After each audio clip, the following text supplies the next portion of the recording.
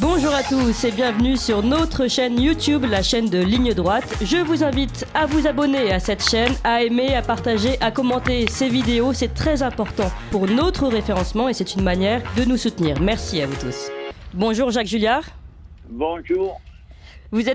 Vous êtes historien, essayiste, théoricien, journaliste engagé. Vous avez été membre emblématique de la deuxième gauche, proche de Michel Rocard, bien que vous précisiez que vous n'êtes pas rocardien vous-même. Et puis de plus en plus critique finalement de cette gauche sociétale qui s'est affirmée depuis les années 2000. Et on va reparler de la défaite de la gauche d'une certaine façon, puisque c'est aussi le titre d'un de vos livres récents, Comment la gauche a déposé son bilan, aux éditions Flammarion. Mais je voudrais commencer par vous demander, puisque vous publiez ce très beau livre, très beau livre, des carnets inédits de 1987 à 2020, Histoire, politique et littérature aux éditions Bouquin. Et vous commencez par un épigraphe, celui de Chateaubriand dans les Mémoires d'Outre-Tombe. Je vous cite. Qui sait, peut-être retrouverai-je d'étape en étape les rêveries de ma jeunesse. J'appellerai beaucoup de songes à mon secours pour me défendre contre cette horde de vérité qui s'engendre dans les vieux jours comme des dragons se cachent dans des ruines. J'aimerais savoir quelles étaient les rêveries de votre jeunesse de gauche et quelle est la horde de vérité qui vous rattrape aujourd'hui, Jacques Julliard. Bien sûr que les dragons qui peuplaient mon imagination dans ma jeunesse, c'était celle d'une société réconciliée avec elle-même. Je ne dirais pas que c'était nécessairement des choses de gauche ou totalement à gauche. C'était l'idée que une société peut vivre en harmonie avec elle-même. Et c'est cela que je ne crois plus.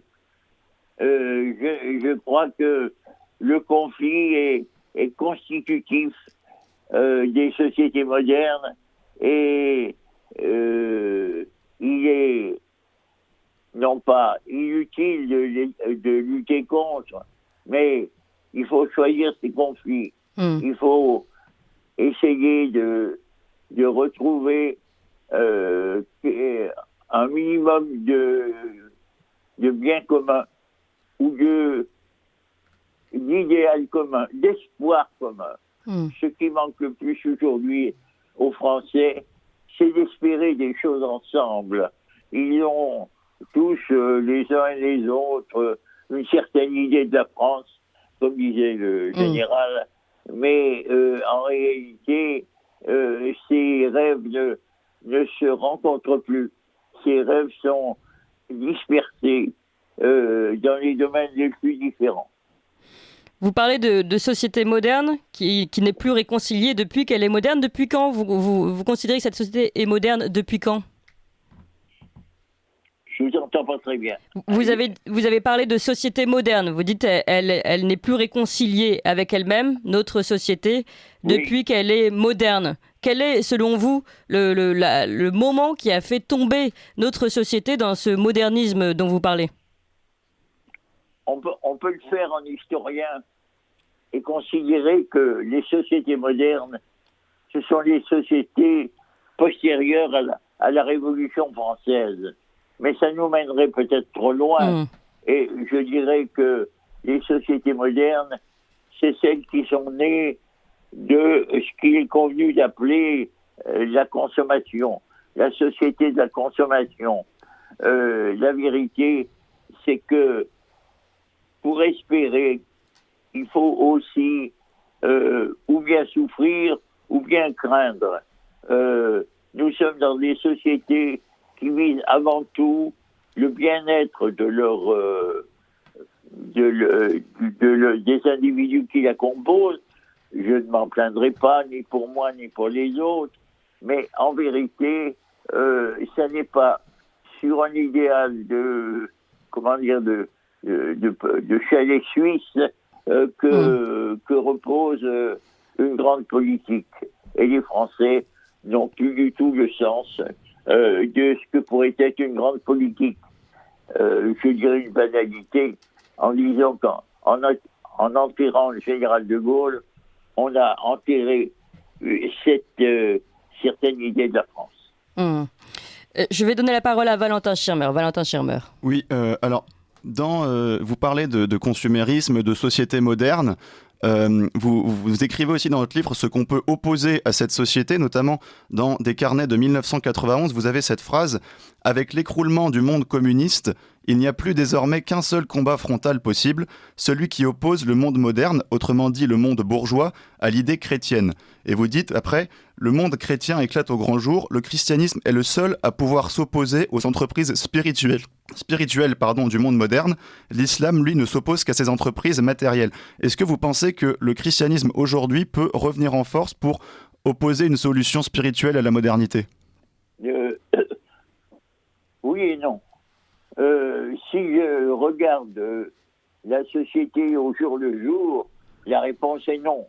Le christianisme exerce une trace de plus en plus faible sur les actions communes, sur les actions politiques, sur les actions morales même. Le christianisme a bien du mal en tant qu'institution à se faire sa place. En revanche, il me paraît tout à fait clair que chez un certain nombre d'esprits d'élite, il y a une sorte de retour, non pas au christianisme institutionnel, mais à l'idée chrétienne, à l'idée évangélique. Je lisais récemment des textes de Sylvain Tesson, c'est tout à fait significatif de cela. Cette manière d'escalader les églises au lieu d'entrer dedans, ça me paraît symboliquement un petit peu ce qu'essayent de faire les plus hardis, les plus généreux des individus à l'intérieur de la société. C'est intéressant parce que vous parlez de cette idée chrétienne. Il y a une autre religion qui prend force, évidemment, et vous en parlez beaucoup dans vos carnets, d'ailleurs comme dans vos récentes interviews, c'est la montée de l'islamisme. Et vous dites dans votre livre qu'après le stalinisme et le maoïsme, la troisième glaciation de l'après-Seconde Guerre mondiale, c'est l'islamisme. Et vous dites comme ces deux dernières, et pour les mêmes raisons, il exerce une véritable fascination sur les intellectuels, que vous mettez entre guillemets, je précise, puisqu'ils disposent du seul langage qui n'est pas en leur pouvoir, celui de la terreur, dites-vous. J'aimerais bien, justement, qu'on reparle de cet islamisme montant et de la fascination des intellectuels pour cet islamisme, comme il y a eu à l'époque pour notamment le maoïsme ou le stalinisme. Oui, c'est vrai. Je fais tout de suite la distinction classique. Je laisse de côté l'islam, proprement dit, qui mène sa vie, qui l'amène tantôt bien, tantôt mal, mais qui a les avatars d'une religion normale, entre guillemets.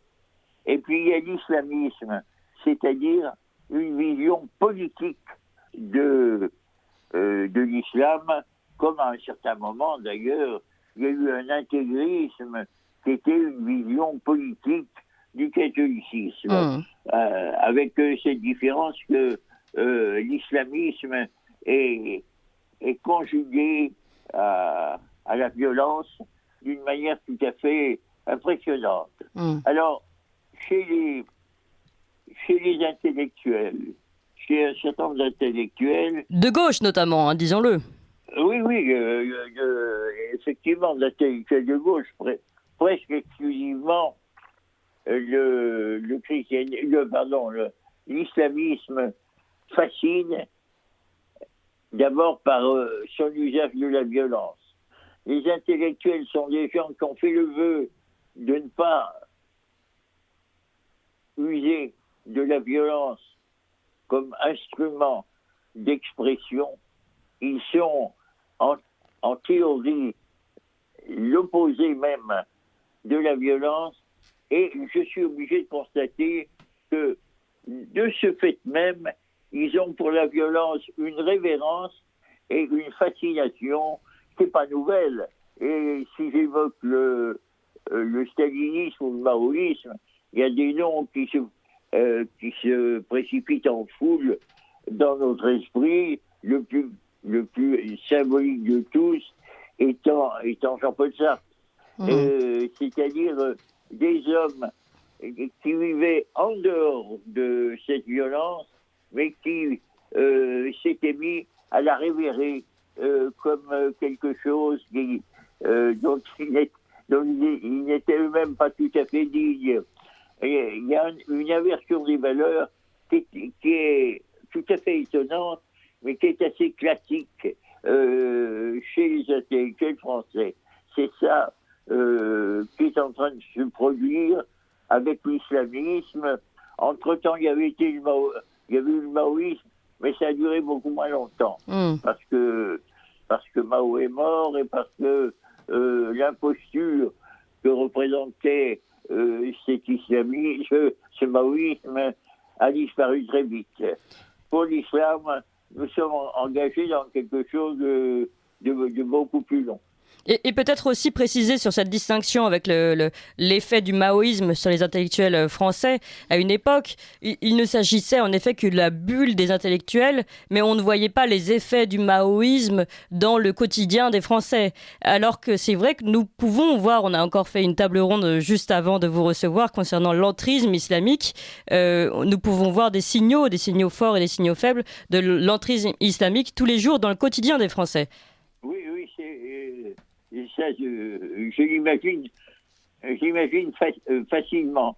Mais je vous dirais une chose, c'est que en matière de politique intellectuelle, les faits ne peuvent pas grand-chose contre les croyances. Oui. Je me rappelle avoir fait un voyage dans la Chine maoïste. Nous étions 5 sous la direction du secrétaire général de la CFDT, mon ami Edmond Maire, et il y avait avec nous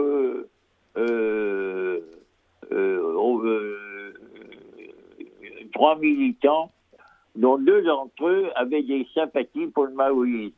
Eh bien, nous avons eu les mêmes scènes, nous avons vu les mêmes spectacles, et nous les avons interprétés de manière complètement différente.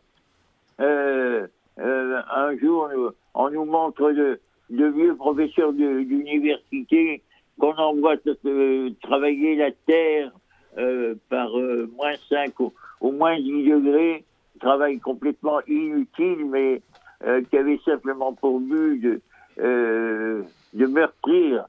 Et ces gens, au retour, Edmond et moi, nous disons, eh bien, nous venons de voir une scène du totalitarisme, pas du tout, disent nos camarades. Nous venons de voir une scène magnifique de redressement des déviations intellectuelles par le travail manuel. C'est ça qu'il faut faire. Donc, c'est extrêmement difficile de voir ce qu'on voit, comme dit Peggy, et de nommer les choses. D'ailleurs, vous parlez juste une petite anecdote qu'on peut retrouver dans vos carnets. Après, je cède la parole à Valentin Schirmer. Vous parlez de novembre 89, la chute du mur de Berlin. Vous étiez à un dîner, je crois, avec Michel Rocard, si je me rappelle bien, peut-être Alain Duhamel également. Et vous parliez d'ailleurs du port du voile déjà à cette époque, mais pas de la chute du mur de Berlin qui était en train de se réaliser, en fait, pas sous vos yeux, mais dont les échos étaient en train de revenir jusqu'à Paris. Oui, c'est vrai. Autrement dit, les événements les plus importants, y compris chez les observateurs tout à fait éminents, et n'apparaissent pas immédiatement. On peut prendre la comparaison avec ce qui se passe actuellement.